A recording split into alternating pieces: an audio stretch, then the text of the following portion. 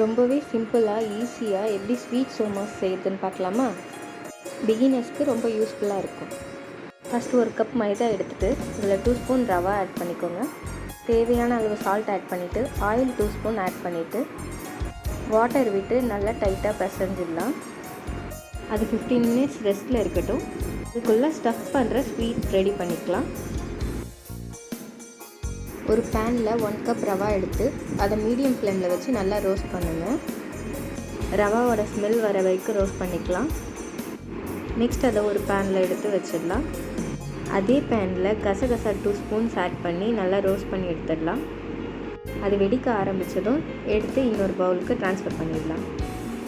ஏலக்காவை சர்க்கரையோடு சேர்த்து பவுடர் பண்ணி சேர்த்துக்கலாம். நெக்ஸ்ட் இதில் சுகர் 1/4 கப் ஆட் பண்ணிடலாம். அந்த சூட்லேயே மிக்ஸ் பண்ணால் இந்த ஸ்வீட் மிக்சர் ரெடி ஆகிடும்.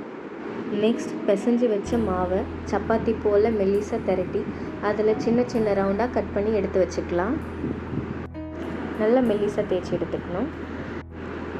நெக்ஸ்ட் அதுக்குள்ளே செஞ்சு வச்ச ஸ்வீட் மிக்சரை உள்ளே வச்சுட்டு ரொம்ப ஈஸியாக நான் செய்கிற மாதிரி ஃபோல்ட் பண்ணி எடுத்துக்கலாம். இது பிகினர்ஸ்க்கு ரொம்ப யூஸ்ஃபுல்லாக இருக்கும். ஒரே ஒரு ஃபோக் இருந்தால் போதும், நல்லா ஈஸியாக ஃபோல்ட் பண்ணி எடுத்துக்கலாம்.